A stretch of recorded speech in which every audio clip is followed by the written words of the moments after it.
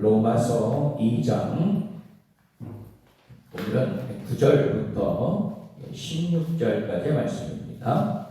로마서 2장 9절부터 16절까지의 말씀. 제가 한 절 그리고 여러분들이 한 절 같이 교독하며 낭독합니다.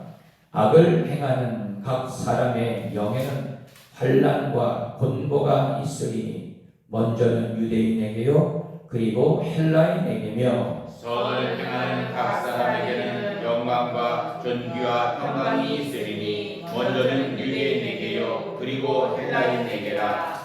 이는 하나님께서 외모로 사람을 취하지 아니하시니라. 무릇 율법 없이 범죄한 자는 또한 율법 없이 망하고 무릇 율법이 있고 범죄한 자는 율법으로 말미암아 심판을 받으리라. 하나님 앞에서는 율법을 듣는 자가 의인이 아니요 오직 율법을 행하는 자라 의롭다 하심을 얻으리니 율법 없는 이방인이 본성으로 율법의 일을 행할 때에는 이 사람은 율법이 없어도 자기가 자기에게 율법이 되나니 이런 이들은 그 양심이 증거가 되어 그 생각들이 서로 혹은 고발하며 혹은 변명하여 그 마음에 새긴 율법의 행위를 나타내느니라. 곧 나의 복음에 이른 바와 같이 하나님이 예수 그리스도로 말미암아 사람들의 의라는 것을 심판하시는 그날이라. 아멘.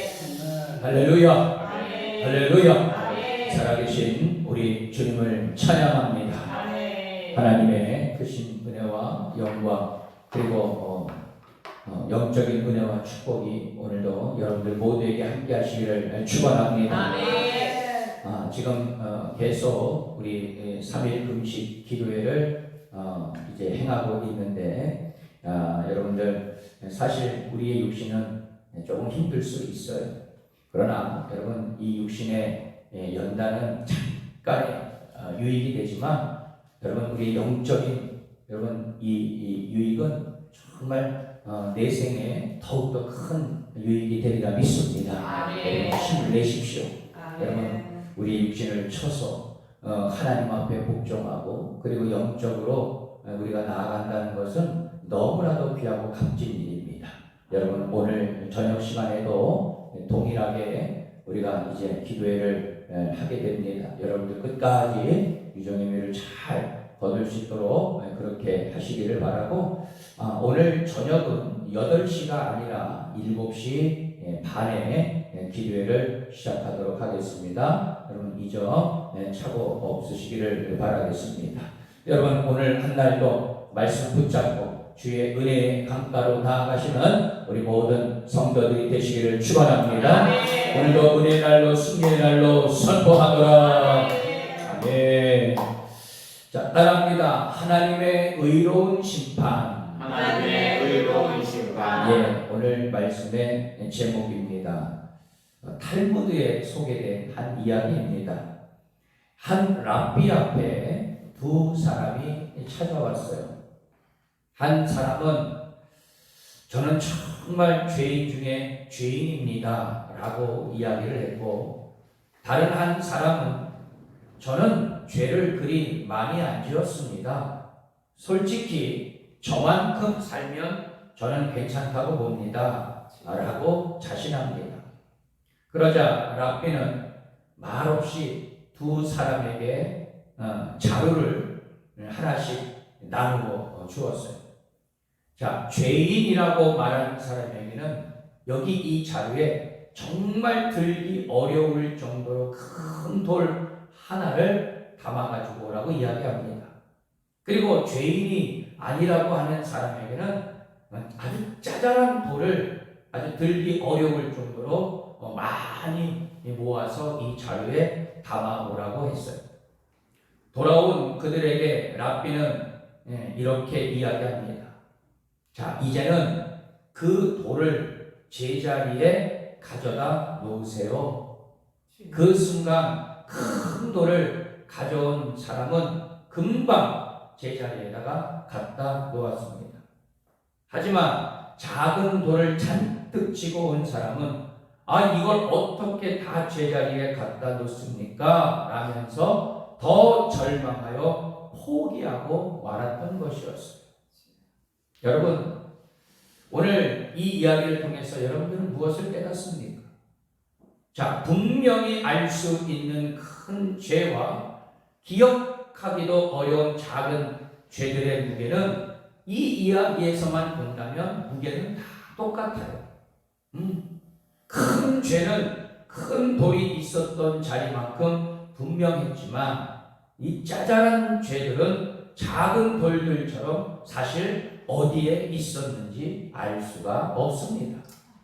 예컨대 어떤 사람은 눈에 보이는 큰 죄를 짓고 어떤 사람은 짜잘한 죄를 곳곳에서 지으며 살아갑니다.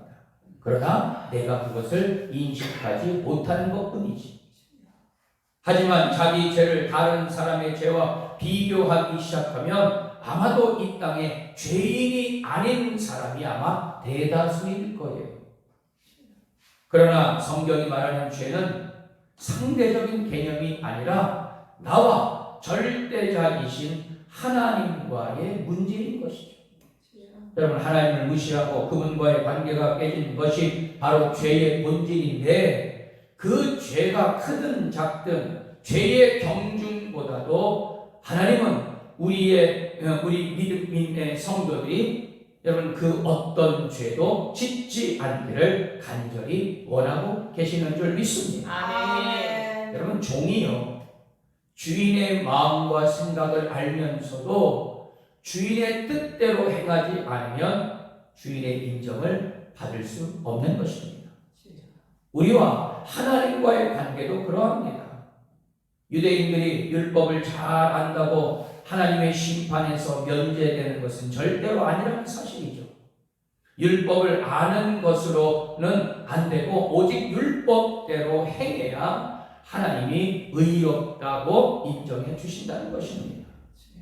이방인들의 경우에는 하나님이 율법을 주지 않으셨기에 율법을 잣대로 그들을 평가하지 않으십니다. 그러나 여러분, 유대인이든 이방인이든 모두 각자 행위대로 뭐 받는다? 심판을 받게 된다. 이러한 하나님의 기준을 따르면 의롭다고 인정받을 사람이 사실 이 땅에는 하나도 없는 것이죠. 결코 의롭게 될 수 없는 사람들을 위해 의롭게 되는 길을 열어주신 분이 바로 예수 그리스도이신 줄 믿습니다. 아멘. 여러분, 하나님의 심판의 기준은요, 공의로워요. 진실하신, 정직하신. 자, 오늘 본문 말씀에서 바울은 하나님의 심판 기준을 행함에서 마음과 양심의 문제로 끌고 가고 있어요. 유대인들은 율법을 외적 행동으로 지키면 된다고 생각했습니다. 이는 예수님 당시 바리새인들 모습에서 확연히 드러나고 있어요. 겉으로는 율법을 지켰지만 실상 그들의 마음은 마치 부패한 회칠한 무덤과도 같았다. 우리 예수님은요, 아주 대놓고 여러분 그들을요 저주하고 있지 않습니까? 이방인들의 경우에는 율법을 받지는 않았지만 그들 마음과 양심에 새긴 하나님의 법이 있습니다. 여러분, 그 법이 바로 무엇입니까? 바로 복음이었다는 것이죠. 복음. 그러니까 여러분, 사도 바울은요, 오늘 말씀을, 본문 말씀을 통해서 여러분 어떤 것을 역으로 이야기하고 있느냐? 그렇게 율법을 받고 할례를 받았다. 나름대로 신앙을 자구했던 그 유대인들보다도 율법은 주어지진 않았지만 정말 선한 마음과 양심으로 정말 그 율법을 준수하려고 했던 이방인들이 더 낫다라는 거죠. 그러나 그 기준도 바로 무엇이냐? 복음이었다는 것입니다. 성도는 하나님 보시기에 합당한 내면을 지닌 그런 자들이 되어야 하리라 믿습니다. 자, 오늘 말씀의 핵심, 율법과 그리고 양심에 따른 행위라는 기준 모두가 필요한 것임을 강조하고 있는 그런 말씀이에요. 자, 가장 먼저 사도 바울은 무엇을 주장하고 있느냐? 행한 대로 받는 보응, 즉 행위에 따른 심판이 있음을 말하고 있어요. 자, 우리 9절과 10절 말씀을 한번 보도록 하겠습니다. 9절 10절입니다. 다 같이 읽습니다. 시작. 악을 행하는 각 사람의 영에는 환난과 공고가 있으리니 먼저는 유대인에게요 그리고 헬라인에게며 선을 행하는 각 사람에게는 영광과 존귀와 건강이 있으리니 먼저는 유대인에게요 그리고 헬라인에게라. 아멘. 자, 여러분 6절 말씀을 한번 보십시오. 우리 어제 말씀 6절 말씀을 보게 되면 하나님께서 각 사람에게 그 행한 대로 보응하시되 라는 말씀이 있어요. 여러분 이 말씀에 대한 추가 설명이 계속 이어지고 있습니다. 악을 행하는 각 사람의 영에는 무엇이 있고 환난과 곤고가 있고 선을 행하는 각 사람에게는 영광과 존귀와 평강이 있노라. 할렐루야. 자, 이러한 영적인 원리는 하나님을 알고 있는 유대인은 물론이고 이방신을 섬기고 있었던 저 헬라인에게도 동일하게 적용된다는 말씀이에요. 자, 그러나 11절 말씀, 하나님은 외모로 사람을 취하지 않으시고 각 사람의 행함에 따라 심판하시는 분이라 말씀하고 계십니다. 하나님은 그 사람의 중심을 보시는 줄 믿습니다. 여러분 사람은요 정말 외모를 볼 수밖에 없어요. 그 외모를 통하여서 때로는 사람을 판단할 때가 있습니다. 그런데 우리 하나님은요 중심을 보신다. 너희들이 나를 향해서 지금 어떤 마음을 가지고 있느냐? 어떠한 마음으로 지금 이 시간 예배를 드리고 있느냐? 어떠한 마음으로 지금 기도하고 있느냐? 어떠한 말씀으로 순종하고 나아가느냐? 여러분 우리 하나님은 정말 우리의 한 사람 한 사람의 중심을 보고 계신다는 사실. 여러분 하나님 마음에 합한 자들이 될 수 있게 되기를 축원합니다. 자, 그러면 하나님의 이 심판 기준이 외모가 아니라 각 사람의 행위라는 선포가 하나님의 의로우심과 어떻게 어울리고 있느냐? 자, 공정한 기준을 따라야 의로운 심판이 되는데 하나님은 행위를 보시고 선악 간에 판단하시는 의로운 재판장이신 줄 믿습니다. 세상에서는 어떤 사람에 대한 판단이 사실 어쩔 때는 공정하지 않을 때가 있어요. 심지어는 무엇보다 공정해야 할 법정의 판단도 그 사람의 신분이나 과거 행적, 인맥, 배경 등에 따라 달라지는 경향이 있어요.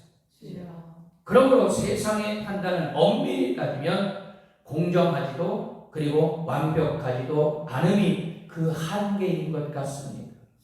그러나 하나님의 판단과 심판은요 달라요.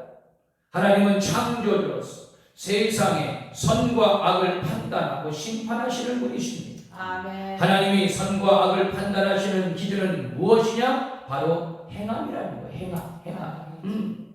유대인이든 헬라인이든 관계없이 그 행위가 선한지 악한지를 보시고 심판하신다, 보응하신다. 그런데 그 행함에도 완벽은 없는데 그래서 자신의 행위로 하나님께 선하다고 인정받을 수 있는 사람은 아무도 없다. 무엇을 말합니까? 유대인이든 헬라인이든 어느 누구나 하나님 앞에서는 다 똑같은 죄인이라는 것입니다. 여러분 하나님은 선하고 의로운 분이시기에 악을 절대로 용납하실 수가 없다는 것입니다. 그래서 악을 반드시 하나님께서 뭐 한다고요? 심판하신다는 겁니다. 하나님은 오직 우리의 행위에 따라 선악간에 판단하시고 그리고 심판하시는 분이십니다. 우리의 환경이나 배경이나 지식이나 조건 등 전혀 고려의 대상이 아니에요. 그렇기 때문에 하나님의 심판을 받지 않으려면 하나님이 기뻐하시는 선한 일을 행하도록 우리는 날마다 힘쓰는 자들이 되어야 할 줄 믿습니다. 그런데 안타깝게도 타락한 인간은 자신의 행위로 하나님의 의를 만족시킬 수가 없는 것입니다. 행위에 따라 공의롭게 심판하시는 하나님 앞에 자신의 행위로 당당하게 설 수 있는 사람 이 땅에 아무도 없습니다. 자신의 의로, 자신의 행함으로, 자신이 뭐 선하게 살고 착하게 살고, 여러분 그렇게 자부하는 사람일지라도 여러분 그들 안에 있는 그 본성, 그 죄악의 본성으로 말미암아 하나님 앞에 의롭다함을 얻을 수가 없는 것이죠. 그렇기 때문에 우리에게는 복음이신 예수 그리스도가 절대적으로 필요한 자들이다. 할렐루야. 하나님의 의가 회복되어야 하리라 믿습니다. 좌로나 우로나 치우치지 말고 오직 한 길 하나님의 말씀과 기도로 거룩해지는 길로 나아갈 수 있게 되기를 축원합니다. 자, 다음으로 이 율법을 행하는 것이 진정한 의로서 율법은 행할 때에 진정 의로운 자임을 말씀하고 있습니다. 자, 우리 13절 말씀을 한번 볼게요. 자, 13절 말씀 다 같이 읽습니다. 시작. 하나님 앞에서는 율법을 듣는 자가 의인이 아니요 오직 율법을 행하는 자야 의롭다 하심을 얻으리라. 아멘. 자, 율법이 없이 죄를 짓는 사람, 율법 없이 망하게 될 것이다. 하지만 율법이 있음에도 불구하고 죄를 짓는 사람은 율법으로 말미암아 오히려 심판을 받게 될 것이다. 하나님은 행위에 따라 선악간에 심판하신다고 하셨는데 이 율법이 이 선악의 기준을 제시하고 있는, 명시하고 있는 것이죠. 그러니까 여러분 사실 이 율법이라는 것은 율법 자체로는요 완벽하고 너무나도 좋은 거예요. 왜? 우리가 나아가야 될 방향, 그리고 우리가 이 땅에서 행해야 되는 그런 분명한 기준이 바로 무엇이냐? 율법이기 때문에. 그런데 미리 말씀을 드리지만 여러분 이 율법은 율법주의가 되어서는 안 된다는 거예요. 여러분 바로 유대인들이 여러분 그러한 마음을 가지고 있었다는 것을 사도 바울이 비판하고 있는 것입니다. 오직 율법을 행하는 자만이 의롭다 하심을 얻는다. 이게 바로 사도 바울의 결론이었다는 것이죠. 율법주의 되지 말고 오히려 이 율법을 통해서 나와 하나님과의 그 모든 관계가 분명해질 수 있는 것이고, 그리고 기준이 될 수 있는 것이고, 그리고 삶의 신앙과 믿음의 척도가 되는 것이 바로 무엇이냐? 율법이기 때문에 그 율법을 행하는 자가 진정 의롭다라고 여겼던 것이죠. 따라서 선악의 기준인 이 율법을 몰라서 죄를 짓는 것과 알면서도 죄를 짓는 것 모두 의가 아닌 것입니다. 자, 그럼 사도 바울이 동적인 유대인에게 대해 칭찬이 아니라 책망을 선언했던 이유가 무엇이냐? 유대인은 하나님이 주신 이 율법을 안다라고 하면서도 실제 삶에서는 율법을 지키지 않았기 때문임을 적시하고 있는 거예요. 유대인은 자기들이 율법을 가졌고 잘 알고 있으므로 율법을 잘 지킨다고 생각을 했습니다. 그러나 그들은 율법의 근본 정신을 왜곡했고 장로들의 유전을 하나님의 말씀보다 더 우선시했기 때문이었어요. 게다가 율법을 모르는 이방인들을요 멸시하기까지 합니다. 자신들이 알고 있는 이 율법으로 그들을 정죄하고 비판하고 심지어는 그 율법을 통해서 그들의 영혼을 죽이고 있다는 사실. 그런데 그들의 가장 큰 문제는 무엇이냐? 정작 그들이 율법을 안다고 행하면서도 선을 행하지 않았다는 거예요. 하나님은 혈통이나 가문 또는 종교 행위를 선으로 여기지 않으십니다. 그런 것은 모두 사람의 외모일 뿐이기 때문이었어요. 하나님이 원하시는 선은 율법을 내 마음의 중심에 두고 삶 속에서 그 율법을 실천하는 것이 더 중요하다는 것이죠. 아멘. 여러분 무슨 말이냐? 우리가 알고 깨달았으면 실천하라는 거예요. 아멘.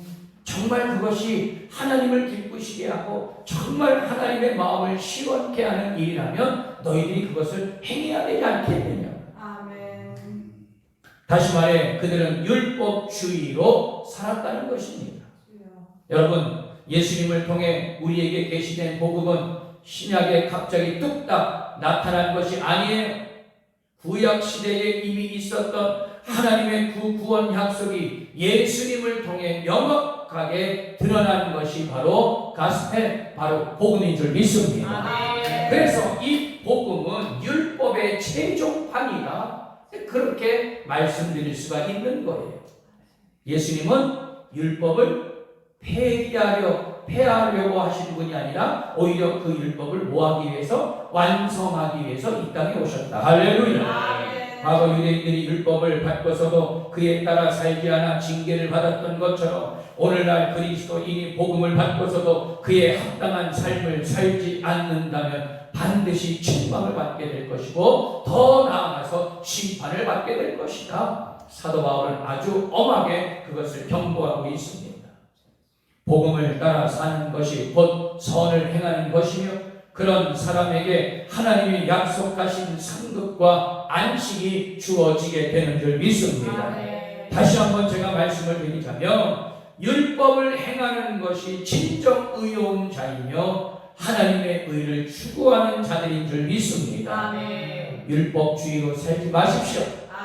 정죄하고 비판하고 여러분 그렇게 하지 마시고 항상 율법 안에서 여러분 더욱더 자유로울 수 있는 그런 믿음의 성도들이 되시기를 축원합니다.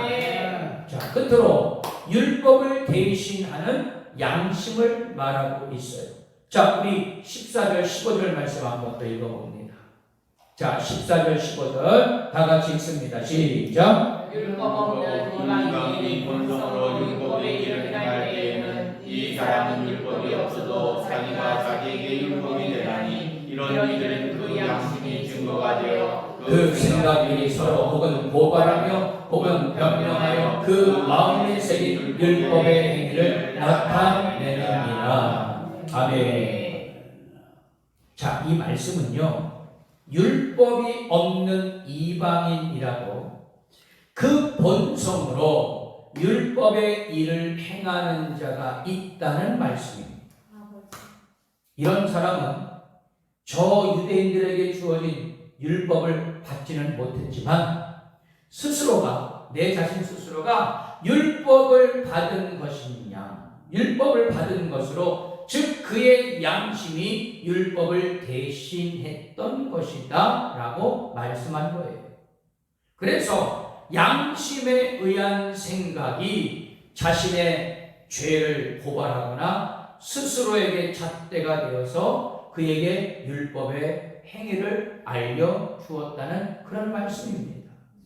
여러분, 이런 사람은 장차 하나님이 예수 그리스도로 말미암아 사람들의 은밀한 것을 심판하시는 날에 그의 양심대로 그 선함이 드러나게 될 것인데, 이것이 바로 아까도 제가 얘기했어요. 바울이 선포한 복음이었다는 것이다. 복음. 자, 그렇다면 마지막 날에 하나님이 예수 그리스도로 말미암아 사람들을 심판하신다는 것은 무엇을 의미하느냐? 하나님이 심판하실 때에 유대인의 율법이나 이방인의 양심이 예수 그리스도의 복음 없이는 아무 소용이 없다는 그런 말씀이에요. 자, 유대인이건 이방인이건 사람은 절대로 하나님의 의를 만족시킬 수가 없습니다.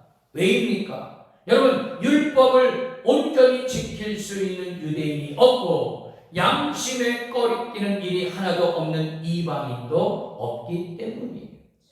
무슨 말입니까, 여러분? 율법이 있어도 또 거룩한 양심이 있어도 그것을 완벽하게 이루어낼 수 있는 자는 이 땅에 아무도 없다는 것을 강조했던 것입니다. 그러므로 모두가 자기의 행위에 따라 하나님의 심판을 받게 될 것이다. 겉으로는 신실해 보이는 종교인이나 선한 사람에게서도 하나님은 감추어진 죄악을 찾아내실 겁니다. 숨어 있는 죄들이 있다는 것이죠. 여러분, 우리가 구지불식간에 여러분, 우리가 이 땅에 살면서 얼마나 많은 여러분 죄를 짓고 있습니까? 우리의 생각으로, 우리의 마음으로도 짓는 죄도 하나님 보시기에는 합당하지 않는 것이죠. 그러니까 여러분 율법이 있음에도 불구하고 양심이 있음에도 불구하고 우리는요 하나님 앞에 온전하게 나아가지 못한다는 것이죠. 그러므로 심판을 받지 않을 인간은 단 하나도 없다는 것을 사도 바울은 강조하고 있습니다. 그러나 예수 그리스도를 구주로 영접한 사람은 하나님 심판에서 자유롭게 되리라 믿습니다. 아멘. 예수님의 공로로 말미암아 그 죄를 다 용서받았기 때문인데, 따라서 율법이나 양심은 인간에게 있어 완전할 수 없지만 복음을 대신하지는 못한다는 사실이에요. 사랑하는 성도 여러분, 하나님의 심판은 공의롭습니다. 정의롭습니다. 아멘. 우리의 행위대로 심판하시기 때문이죠. 아멘. 우리의 행위가 율법에 근거하든 양심에 근거하든 모든 선함은 근원적으로 하나님의 선함에 기인하는 것입니다. 그러나 문제는 세상 그 어떤 선함도 하나님의 의를 완전히 충족시키지 못한다는 것이죠. 하나님의 심판대 앞에서 율법 준수나 선한 행실로 자신의 악함을 상쇄할 수 있는 사람은 아무도 없다라는 말씀인데, 여러분, 이 상쇄라는 말은 무슨 말이냐? 상반되는 것에 서로 영향을 주어서 결국 효과가 없어진다는 그런 말씀이에요. 여러분, 우리는 오직 예수 그리스도 안에서, 복음 안에서 그 율법을 이룰 수 있고, 그리고 우리 주님께서 주신 그 선한 양심도 우리는 지킬 수 있게 되리라 믿습니다. 아멘. 그의 양심 자체가 죄성에 물든 상태이기 때문에 여러분, 양심이 곧 의가 되는 것은 아닙니다. 그러나 복음이 있을 때는 그 양심 또한 거룩한 양심으로 바뀌게 된다는 사실. 여러분, 이 율법도 복음 안에 있을 때 진정 자유롭게 우리가 행할 수 있는 것이고, 그것을 여러분 온전히 이루어갈 수 있는 그런 영적인 은혜가 임하게 되리라 믿습니다. 아멘. 용편대 선행도 율법도 양심도 하나님의 의에 도달할 수는 없지만, 오직 예수 그리스도의 복음은 하나님의 의를 충족하리라 믿습니다. 아멘. 거룩한 양심도 그리스도의 복음에 의해 실천할 때 그것이 완전해지게 되는 줄 믿습니다. 아멘. 결론의 말씀입니다. 사랑하는 성도 여러분, 사람들은 서로를 비교함으로써 죄인과 의인을 평가해요. 그래서 스스로를 의인으로 여기는 사람도 있습니다. 그러나 성경은 모든 사람이 죄인이라고 선언하고 있습니다. 그렇기에 예수 그리스도를 통한 하나님의 은혜가 필요 없는 사람은 이 땅에 단 한 사람도 없다는 것입니다. 우리는요, 하나님의 은혜가 너무나도 필요한 자들이라는 것을 우리는 깨달아야 될 줄 믿습니다.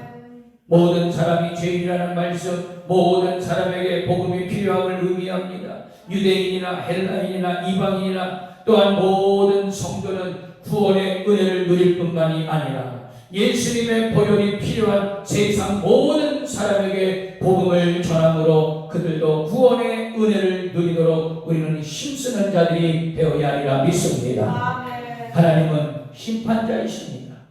그분의 심판은 공의롭습니다. 정직하십니다. 의로우신 그분 앞에 의로운 자로 설 수 있는 우리 선교대명교회 모든 성도들이 되시기를 축원합니다. 아멘. 하나님의 크신 은혜의 능력, 여러분 이 율법 그리고 거룩한 양심을 잘 지키고 우리가 복음 앞에 그리고 주님 앞에 우리가 당당하게 설 수 있는 거룩한 믿음의 용사들이 다 되시기를 주님의 이름으로 축원합니다. 아멘.